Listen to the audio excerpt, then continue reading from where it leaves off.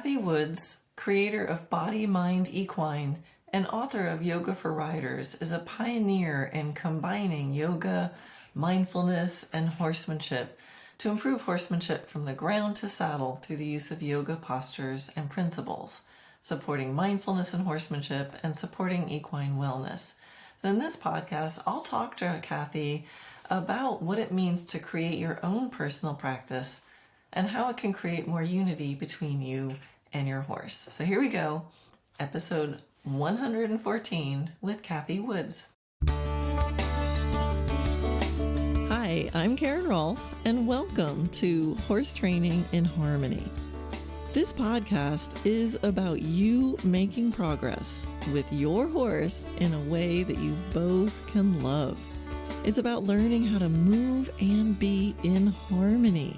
Because yes, you really can develop a horse to be both athletic and happy. When we show up as our best selves for our horses will show up for us. So let's get started. Cathy, welcome to the pod. Hi, Karen. Thank you for having me on the pod. So good to be here with you. Yeah, I'm really looking forward to this conversation. Yoga is just such a deep and important subject, and we're going to be kind of getting to know each other at the same time. We haven't really had many conversations, and so I'm really looking forward to this.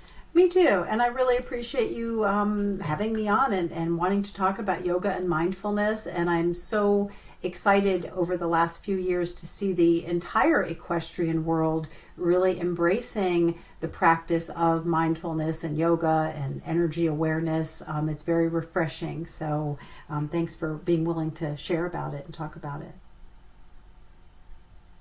Yeah, absolutely. I think it's integral to horsemanship to have that sense of self-awareness and being in this present moment where the horses are living. And I think yoga is just such a great tool for that.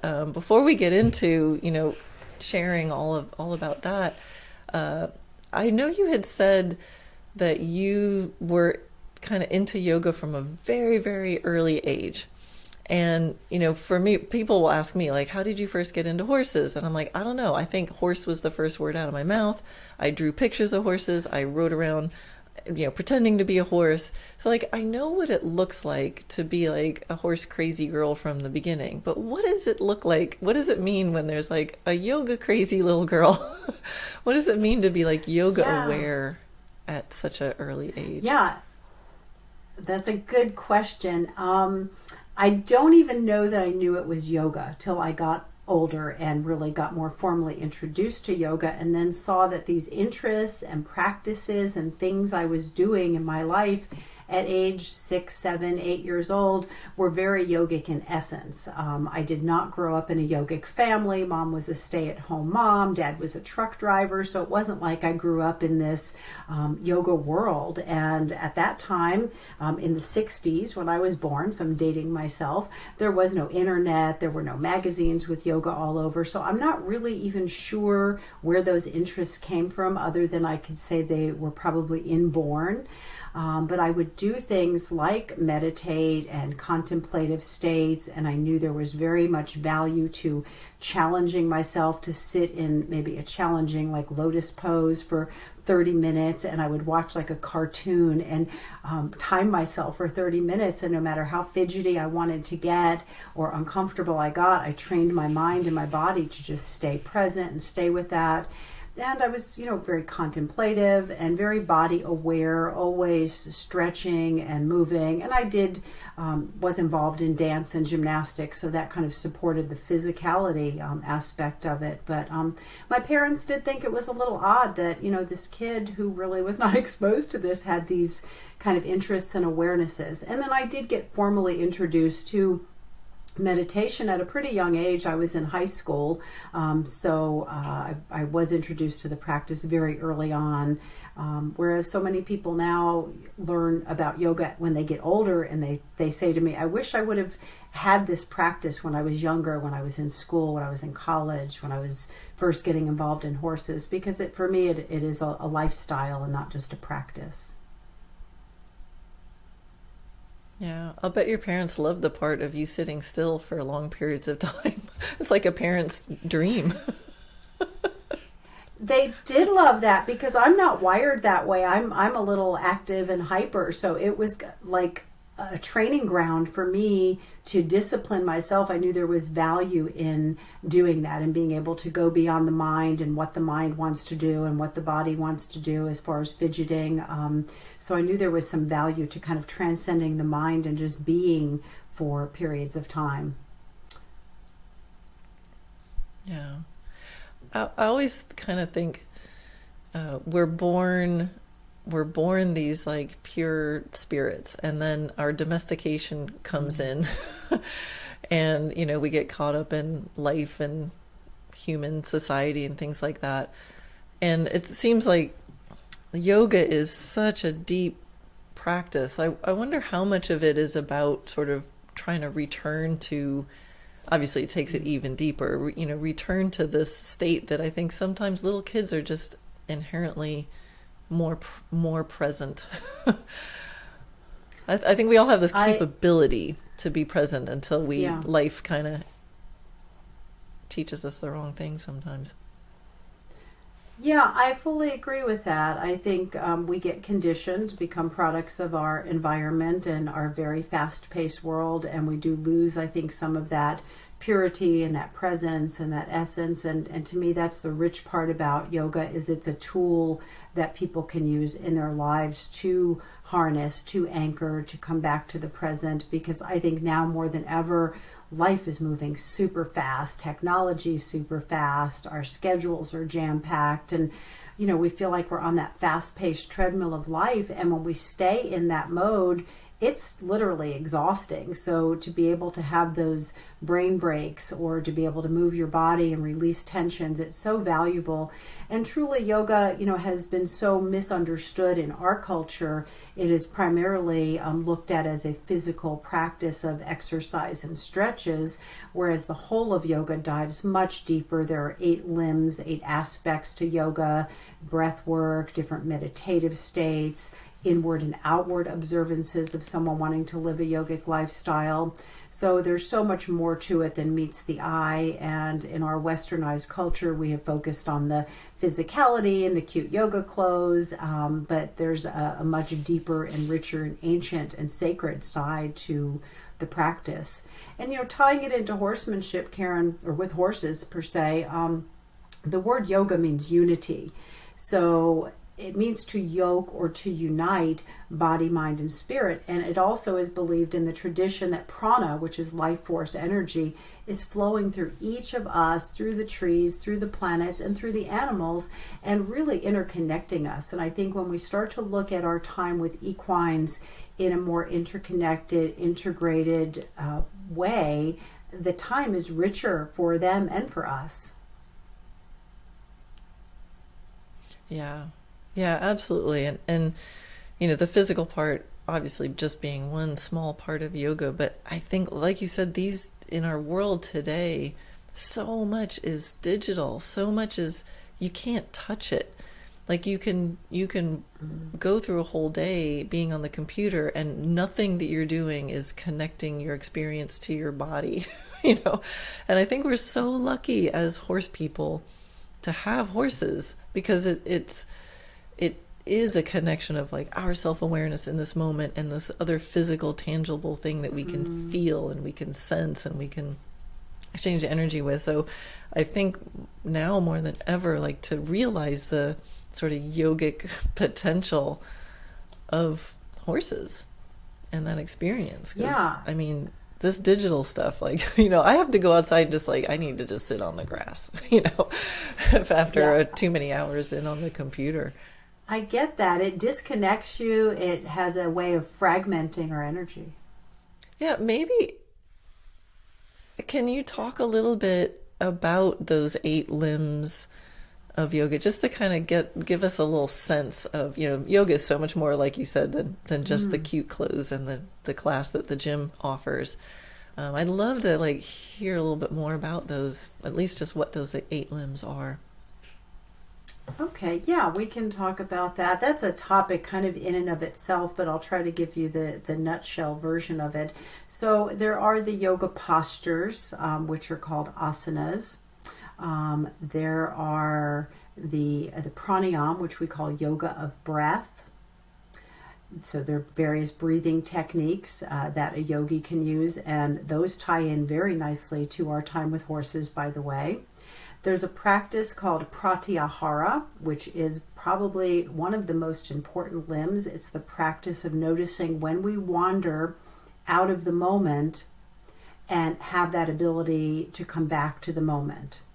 So that is considered a very important limb that kind of sets us up for the different meditative states. So there's dharana, dhyana, samadhi. So again, not to get too yogic, but these are different stages of meditation, some that are more contemplative, some that are pure stillness, some that are pure nirvana or bliss-like states, which, it takes a pretty adept meditator to get to those places. And then the other 2 limbs that are really not talked about that much are called yamas and niyamas. And these are inward and outward observances of someone who's living a yogic lifestyle. So in a nutshell, those are the 8 limbs or 8 aspects. So if somebody wants to learn more about that, I really suggest diving into a class, a workshop. There's plenty of books out there that really explain those limbs, and they really all link together. So when I'm on the yoga mat, I'm not just doing yoga postures. I'm bringing in the meditative awareness, the breath awareness, coming back to the moment when I wander. So really the limbs kind of interweave. They're not really separate. And even the meditative states, the earlier meditative states of maybe just concentrating on a word or the breath, those lead to those then higher states of meditation, which we can call wisdom arising states or contemplative states. Again, thus then hopefully leading to a blissful samadhi-like experience. So I don't want to get too esoteric for the horse friends out there, because there's a lot of practical ways that this ties into horsemanship too that I'd love to share. But thank you for asking. Very few people are even interested in knowing about the 8 limbs, so thank you. Yeah, no, I think there's just such a depth to it. And one of the things that I wanted to highlight is so much of it is about, the observance or noticing, just the fact that noticing is one of the limbs. And it's just like with horses, it's a practice. It's the art of how are you doing it, right? So it's not, yoga isn't like, I got my foot over my head, it's the art of how you do it. The same with horses, not like got that horse to bend. It's about how you're doing it and being in that moment and what was going on. So I just wanted to give you a chance to highlight the amazing depth of it. And it's not like things that you can check off on a checklist. It's a daily practice. It's a practice for sure. And you are so right. I say in my classes all the time, it's not how perfectly you do the postures, it's with what awareness you do them with that makes yoga yoga. So it's not just the exercise factor, and it's not even all about flexibility or athletic ability. It's certainly not about competition. And I always say, if I had to describe the word yoga or the practice of yoga in one word, I use the word awareness. It's an awareness practice. What are we becoming aware of? Everything. Our breathing, our body, our minds, our energy. What energy are we bringing to our horses? What energy are we bringing to our lives? So truly, I would say in a nutshell, it's an awareness practice, because it does encompass so many different levels and layers of who we are as beings and how we interconnect and interact with the world around us. That's awesome. Yeah, so you teach what you call collection and groundwork for the human. Can you describe a little bit about that?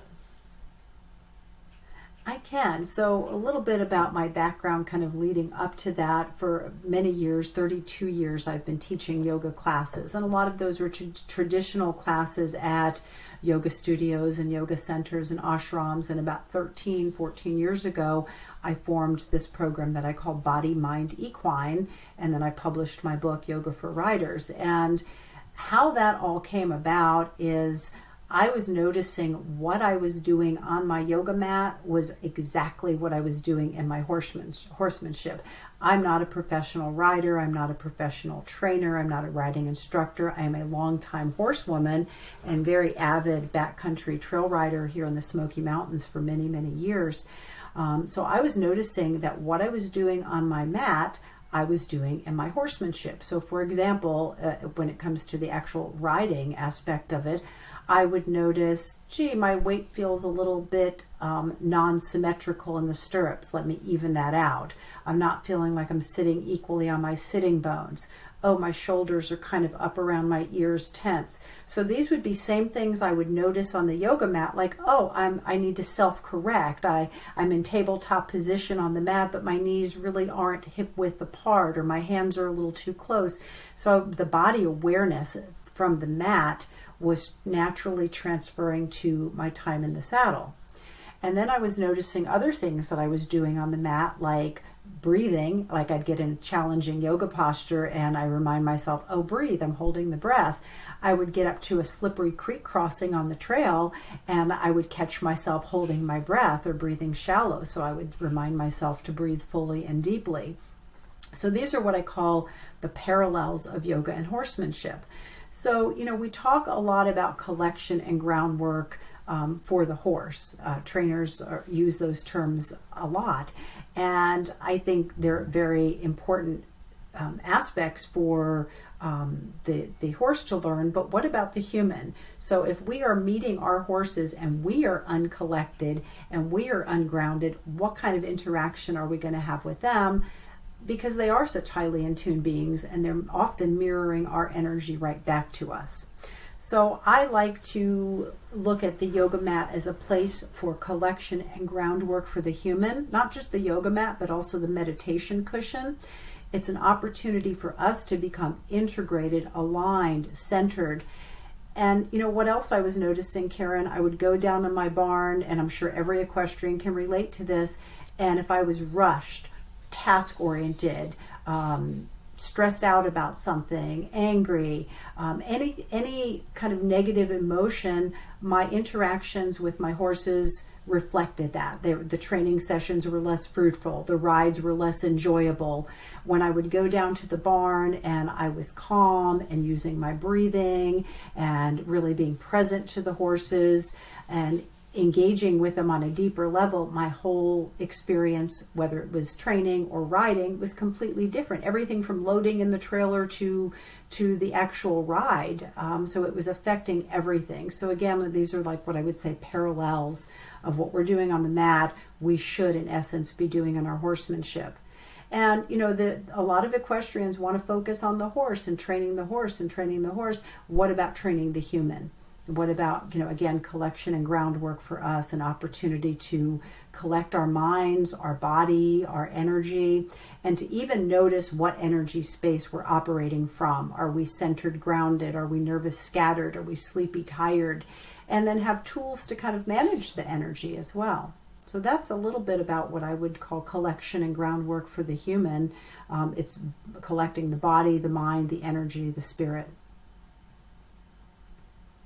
Oh, that's so awesome, and it's so important. With helping, what I do, helping people, with their horses. I always tell them, like, if there's a problem with the horse or something that they're doing, to try to notice, like, what's the smallest moment or the first moment that you see that problem, something like that problem showing up, and like, don't wait until you're at the far end of the problem. And so this is kind of doing the same thing with ourselves. It's like, all right, if I get tense and my right shoulder comes up on my horse, don't wait till you're in the middle of a half pass to try to address it. But you might start noticing, oh, it's when I'm sitting at my desk. Oh, it's on the yoga mat. And then to have those tools of how to have that self-awareness, and then how to do something else, right? Instead of just going, okay, I'm going to put my shoulder down. Right. You can actually, through the yoga, I would imagine, just having so many more tools, because sometimes our right shoulder's up because we're tense and thinking about something that we have to do at work, or yeah. So it to me, it's so all connected: body, mind, spirit, horse. We just all have to It's somehow so arrive to connected. the same place. Exactly, Yeah. exactly. And, There was also talk about training. Oh, I'm sorry. I was going to tap a little bit into, watching the mind. And like you were saying on the horse, noticing quickly, when the tensions are arising, when your horse is moving or his or her energy shifts. And that's what we're doing on the mat in meditation. We're watching our own minds. Oh, I'm focusing on the breath. Gee, my mind just went to what am I cooking for supper later? I noticed that, and let me bring it back. And the more and more we do that, the quicker we get at noticing when something is a little off kilter, whether it's physical, mental, energetic, and we have then the awareness to bring that back into congruency. Yeah, and this brings up something that I'd love to talk about, because I've over the years done a fair amount of meditation, but I can remember when I first started it, I was like, I'm gonna meditate. And I used to spend 20 minutes getting the house all perfect, with no distractions. And then I'd sit down, and I remember just being so frustrated because my mind would wander. And I'm like, what's wrong with me? I can't meditate. I'm bad at this because my mind is wandering. And it took so long. That's the point, because of course it's going to wander. So there's probably maybe a handful of humans that are actually living that can totally control their attention. But for anybody who's listening and going, oh, I'm so inspired, I'm going to start meditating, I just feel like I have to do a public service announcement. The goal is not to have a perfect, clear mind. You're meditating by practicing. That's the thing that it's not that I'm not meditating unless my mind is clear. The practice is, oops, I noticed, bring it back. And that, for me, that changed everything. Is made the difference between feeling like a frustrated failure or going, oh, isn't that funny? Look, it only took 2 seconds. It's gone. Oh, I noticed back again. And so maybe that'll help somebody else. And I'm sure you have some other helpful tools, but that would be my biggest message is be entertained by noticing that your mind wanders, because that's the whole point. Exactly. Look at yourself as the observer or the witness. Oh, I'm watching my mind get distracted. Who's watching? The higher self, the spirit self, the essence self. So who's noticing? But I'd like to speak on that because it's like training any other muscle. If you want stronger arms, you're going to maybe do bicep curls or push-ups. The mind is the same thing. It's training the mental muscle. And meditation helps us to do that. And then you will not only find that it's helpful during meditation, it's helpful in the rest of your day. I notice the mornings that I take the time and sit down and meditate, even for a few minutes, my whole tone of my day is different. My interactions with people, my organizational skills, my productivity, my time with my horses. So just training that mental muscle. And I think I'm so glad you brought that up. It's not easy to meditate. We don't just sit down and chant Om and boom, we're in this, nirvana-like state. And it's a process. And it does take a very, very advanced meditator to get to a point, what we would call existence without thinking. So that's not the goal for most of us. Most of us get those moments, those little snippets of, oh, this is what it's like to be completely still and without thoughts or distractions for a few moments. But for the most part, you're watching the mind and having a focal point, whether it's a breath, the breath, whether it's a word or a mantra that you're focusing on, and just notice every time you wander, come back to that. And I do that even riding my horse. I'll be on a ride and my mind is thinking about 50 other things I have to do, and I get off the ride and I'm like, gee, I don't even think I was fully present to being out in the woods with my horse. So I notice when I start drifting and become not present, and my horse knows when I'm not present because that's when he'll go take a bite of a leaf or a piece of grass on the trail. So I notice that distracted mind quicker, I guess. So it's like it's training ground. It's kind of a workout for the mind. And also, Karen, I do want to add, because I feel this is, oh, I'm sorry. Yeah, this is really important too. Go ahead. Different days, our meditation is different. A lot factors in what have we eaten, how much rest we've had, what's going on in our lives. So you may have a really deep meditation one day, the next day you sit down and it's all you can do to just focus on the breath. So I think it's important to know that our energy shifts throughout the same day because of various factors that factor in.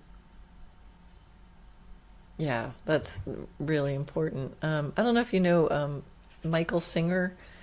He wrote the book The Untethered Soul. Anyway, he happens to live near me, and he has a meditation retreat house. And anyway, I've gone there a few times. But he has a really interesting story, and he ended up getting so into meditation, like he quit his job. He just went out in the woods and meditated all day, every day. But he's like, don't do that. You don't have to do that. And he says, I don't even recommend doing that. But he said, meditate 15 minutes twice a day. And what he said is like, just count your breaths to 20. And then when you get to 20, start back over again at 1 and count your breaths to 20. So I love doing this, but it's hilarious. Sometimes I do not. For me, I made a rule for myself of if my mind wanders, I start back at 1 again. And sometimes I don't get past 3. I'm like 1, 2, 3. And then like I'm gone for a while. I'm like, oh, it takes me a minute to realize I'm not counting my breaths anymore. And then I said 1, 2. And so there's days where I'm like, oh my God, I didn't even make it to 20. And then I'm sometimes within that 15 minutes, I can get, 5 cycles through it. But it for me, that made it fun because I would just, but it was a really interesting way to measure it. So that's something that helped me get going, as long as you're not beating yourself up. It's like, oh, look, I could only do 2 breaths. But the other thing that really helped me get started with meditating is to notice the moments where I organically went into a meditative state. Now, this often would happen for me as soon as I dump a bunch of laundry out of the dryer and I have to fold it. And I just zone out. But I would call myself lazy because I just end up sitting on the bed, not doing anything. And I'm like, oh, you're so lazy. I'm like, wait, I think I have a still mind. And so I've learned if a moment like that presents where I just feel myself being still and I'll be like, hey, I'm having no thoughts. Wait, I just thought about that. But I can usually, if I can just notice it enough to just give myself a moment to experience it, the first moments of that state, I mean, maybe that's not meditation. You probably have another way to say that of what was happening, but to notice I was still and just go with it, because then I had that's where I'm trying to head towards. So anyway. Right. Yeah, that is beautiful. And in my retreats and clinics, I teach very similar to what you just talked about, a waking meditation or meditation in motion. I'll have somebody mounted on the horse and I will lead the horse and I will lead them through a mounted meditation in motion. Focus on the breath, feel the air on your skin, feel the sun, what parts of your body are moving. So I think that's just really great when we can not look at meditation as it has to be something where we're sitting on a mat. It can happen at any moment, meditative awarenesses. And it's just that state of being integrated for a few moments and out of our mind. It's good to be out of our mind sometimes. And I think, like you were saying, might be feeling lazy, not doing something. I think we're conditioned to be like human doings. And when we experience those moments of a human being, just being, we're like, oh, what is that? We're not used to that. So I think it's so important to recognize and embrace those moments of stillness and try to capture those as much as we can in our waking life. And then, you were talking also about the count, and I do want to circle back to Michael Singer, because that's very interesting that you also know him. I do something at my programs, and it's in my book too, called the count. And basically, I'll just have people close their eyes and focus on the numbers 1 through 10, solely focusing on the number, and notice how far into that count you got before your mind drifted to another thought. Most people get to 3, 4, 5. Rarely does anybody say they get to 10. And these are great little tools you can do before you encounter your horse. I'll stand there next to my horse and I'll close my eyes for a minute and I'll just do that count. And I'll try very hard to collect myself and collect my mind. So when I'm interacting with my horse, my mind is not all these fragmented waves of energy, which I believe our horses, can pick up. They feel our nervous system, our blood pressure. I also do breathing with horses, where I'll do my breath work, but I'm also having my horse on my hand on my horse's chest or their side or by their nostrils, and feeling their breath and seeing if we can sync up our breath. So some of these little tools are so useful before an event, before a competition, or even just simply before interacting with your horse in any way. And I think it's giving us new ways to partner with our horse, that it's not always all about the ride. And I talk about honoring the energy. Like I was saying before, our energy changes. In yoga, we call these 3 qualities of consciousness, or 3 gunas. And they're the centered, grounded, nervous, scattered, or sleepy, tired. It's good to assess where we're operating from before we interact with the equines, and have tools to change that. So if my energy is really up, I might do a breath called Ujjayi breath, which is a very calming, soothing breath to help notch my energy down. Or if I'm feeling really sleepy and lethargic, I might do a breath called Kapalabhati, which is a more invigorating breath. So we have tools in yoga to kind of manage the energy. But I also think it's important sometimes to just honor the energy. There have been so many times, especially as I'm in my 50s now, that, I just don't have the desire or energy some days to go do a 3-4 hour trail ride and hauling. And I'll say, I'm just not in the right energy space for that. I'm going to stay home today and I'm just going to groom my horse, or I'm just going to do a short ride down to the lake. And just honor the energy and not always try to manipulate it. And sometimes, obviously, if you have a training session or a clinic or an event, you can't just say, hey, I'm going to honor the energy and bail out. And that's where those tools come in to help us kind of balance our energy. But I do want to talk awesome. about Michael Singer. Yeah. So I do know Michael, and I've met him years ago, and we really are very connected with the same teacher. Yogi Amrit Desai is one of Michael's gurus or teachers, and Yogi Desai is my guru and teacher.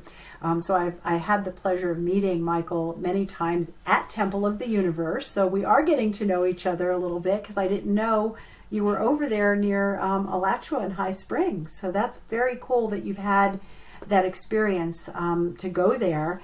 And to me, Karen, he is one of the best spiritual teachers of our time, and he's so not in his ego about that. So if you know him or have been around him, he's just like Uncle Mickey. And I knew him as Mickey Singer. So when I first saw his book, Untethered Soul, I didn't even know he was the author. I was looking at it because it had a horse on the cover.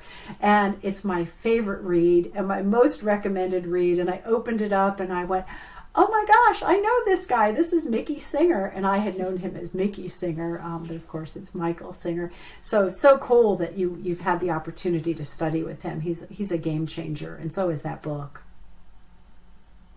Yeah, I'm so lucky that he's just 40 minutes, away from me. And so, somebody recommended The Untethered Soul, and then I read The Surrender Experiment, where he, that's one of his big things. He teaches just to surrender to the moment that's unfolding in front of you, and guess what? It has nothing to do with you. And, he's a delight. Right. It's delightful to hear him speak. It's like a lot of these life lessons, it's so simple, but really hard to actually live from.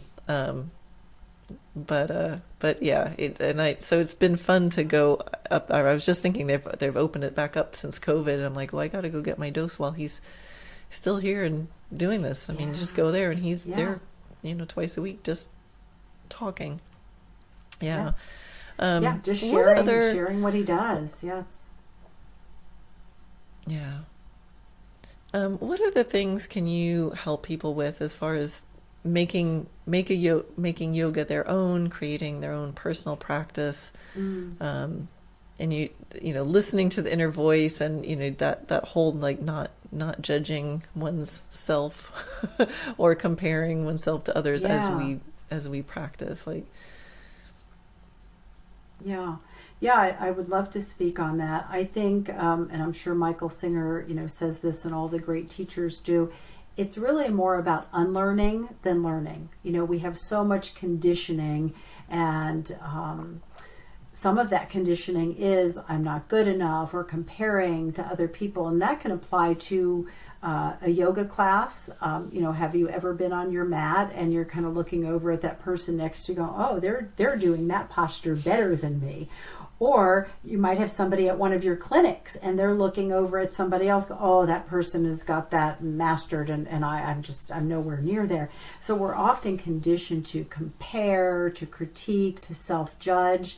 So acceptance is a big part of the practice, accepting where you are, who you are on your yoga mat, in your horsemanship, in your life, and working toward your goals with a gracious attitude of acceptance. And I don't think we're taught that. I think we're taught more the competitive critique kind of edge.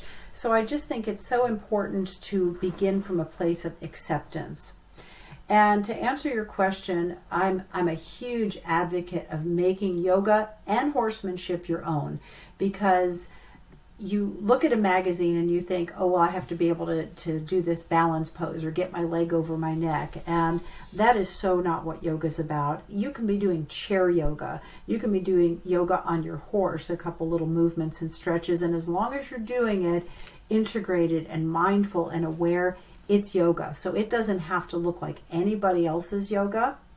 And I think it's so important to really listen to, and not just listen to, but honor the inner voice. So when you're on the mat, if you're being competitive, if you're pushing yourself beyond your edge. And it's so important to just work from where you are, work mindfully from that place. And remember, yoga, the physical part, should never be painful. A little discomfort or challenge, that's fine. We can relax into that. We can breathe into that. But I think listening to that inner voice and, making it your own, in the sense, put your mat out. Don't even worry about following a class or a sequence. Get quiet, breathe, show up. That's half the battle. Just show up to your mat in a disciplined, regular way, and see what happens. Let me give you an example of what my personal practice looks like. And when I say yoga, I don't just mean the postures. So I have a home studio here, and I'll set out my mat, and I have some candles and some pictures of different teachers and elements of nature. Create your space. That is helpful too, to create a space that you just feel good in, and that's kind of your sacred space. And then I might sit down on my mat and just do a little breathing, and that might slip into a little gratitude practice. And then I might feel inclined to do a few movements and stretches, listening to my body. Where am I holding tension? What movements can I do to release those tensions? They don't even have to be yoga postures per se. And then I might end up doing a few postures, and then I may segue back into stillness, or I may have my journal nearby and have some awareness when I may start journaling. So it kind of ebbs and flows. My practice does not look like a traditional class, and that's what I love to teach in my workshops and at my retreats, is giving people this permission to let it look like however it does. It doesn't have to look like anybody else's practice. And the same goes for horsemanship. So many things fall under that umbrella. What does horsemanship look like for you at different stages in your life? Now that my horses are 28 and 32, and I'm not trail riding, and I'm not ready to get new horses right now, my horsemanship looks different now than it did 5 years ago.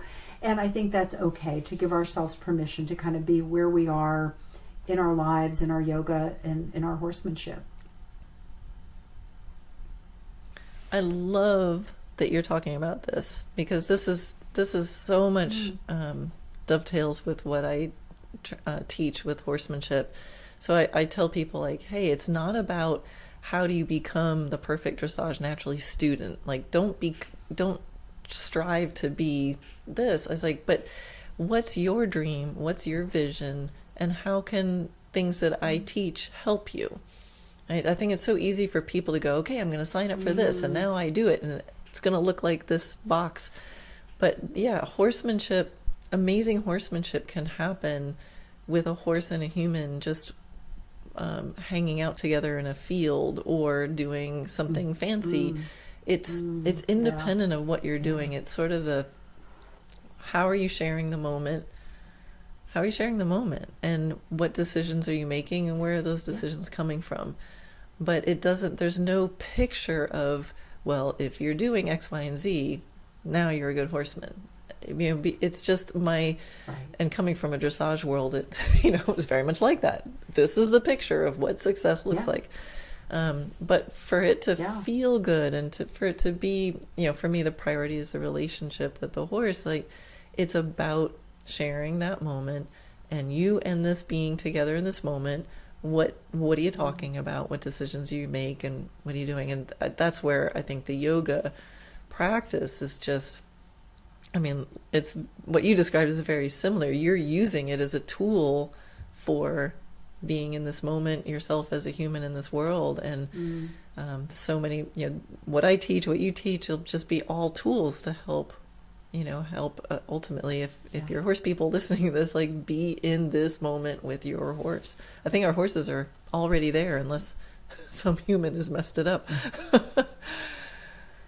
That's true. A colleague of mine, Paul Stryberry, he was teaching a program many years ago called Conscious Riding, and he says a horse takes every step into the present moment, take that step with him. And I use that quote so much because it's just about, like you said, being present, sharing space, sharing energy, feeling that interconnectedness. And I'm sure in your world, in the dressage world, and a lot of different disciplines, there is that highly competitive edge. And I love to work with the competitors. I did a clinic for the U.S. Hunter Jumper Association for the pony finals. So these were young kids, but hyper competitive, and so were their ponies. And this was such a counterbalance for them in that competitive world, to have permission to just be, to not have to do, to achieve, to accomplish, to compete. So it was really enjoyable for me to share that. And if they went home with one little tidbit of knowledge from that, I feel like it was well worth it, because it's a world that is so focused on competition, and the world of mindfulness and the world of the horse when he's out there in the field or the pasture has nothing to do with competition. It's just a pure being and beingness. Yeah, awesome. I've heard you share this quote. I can't remember whose quote it is, but it really intrigued me. I'd love for you to talk about this. And the quote was to be in the present moment, but also the recent future. That's a really cool. Yes. So please expand.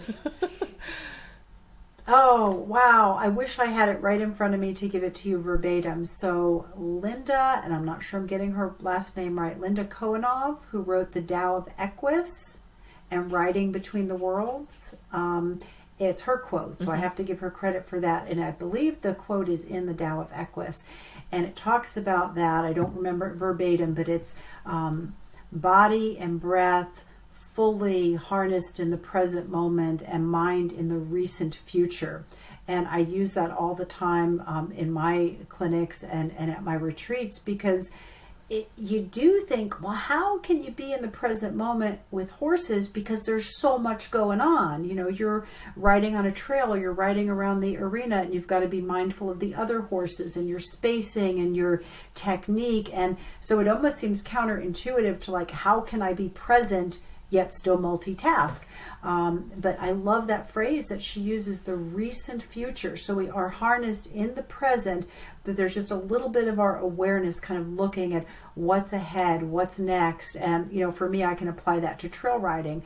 I'm on the trail, I'm present, my body's moving, my horse is moving, I'm feeling the air, but I also see that hole in the ground that I might step in, or I see that bee's nest, or that horse in front of me is having trouble, or that rider is. So just awareness. And I think the more we practice awareness skills, meditation, breath work, mindfulness, yoga, the more we just start becoming more aware and have heightened awareness in all situations, and we see that recent future a little bit quicker. So we're in the present, but yes, around horses, we do need to be in that recent future, because when we're not present, stuff can go sideways pretty quickly. Mm-hmm. Yeah, and it's such an interesting term, the recent future, because when I think recent, I think past, but future. So for me, it was a little, made my brain go, what? In a good way. It's like a koan or something, the sound of one hand clapping, like, what is the recent future? But for me, it feels like that very it's not like, what am I going to make for dinner later? It's not that far in the future. It's like this moment that's like, it's the future, it's the present, it's the past, and it's passing. It's just that very immediate. Anyway, I loved it because it made my brain stop for a minute and go, I don't know what to think about that. Anyway, so I love that. Yeah. Thanks for sharing. It made my brain stop and do that too. Yeah, that's exactly why I, use that, because it made me stop and think like, wow, that's kind of an odd way to phrase something. But then when you really think about it, yeah, there is like, what's just going to happen, just that little smidgen next. And it's a good awareness. And, we talk a lot in yoga about energy and things, and our energy becomes fragmented so easily. And if we get too far ahead, too far into that future, then we're fragmenting. So I think it's important. The word recent there is kind of the key word. So it's like just ahead. Yeah. Cool. Well, Cathy, plenty to think about. Share a little bit where people can find out more. I know you have a book, you have the clinics that you give, you have a course on WeHorse. So maybe just share a little bit about those and, where people can find it and how they, which one do they choose? How would they know which one to choose? Or Right. So yes, my book is Yoga for Riders. It's published by Horse and Rider Books. So I was honored to have them publish and bring my book to life, and know that my book is so much more than just yoga postures. There are postures in there that are good for equestrians on the mat, even some gentle mounted poses. I'm not a big fan of doing acrobatics on a horse, but just some stretches on there that you can do to, recenter yourself and know that you're moving from center. But the book has a lot of other information. There's information such as intention setting, meditation, what is true yoga, creating your personal practice. So it's a pretty comprehensive book, and I have signed copies available that people can purchase directly through me, or they can buy them through my publisher, which is Horse and Rider Books. And I believe we have the same publisher, Karen, correct? No, mine's self-published, so... Oh, interesting. Okay, I thought for some reason you were published by them. Oh, well, good for you. That's great, and I may lean toward that for one of my next books too.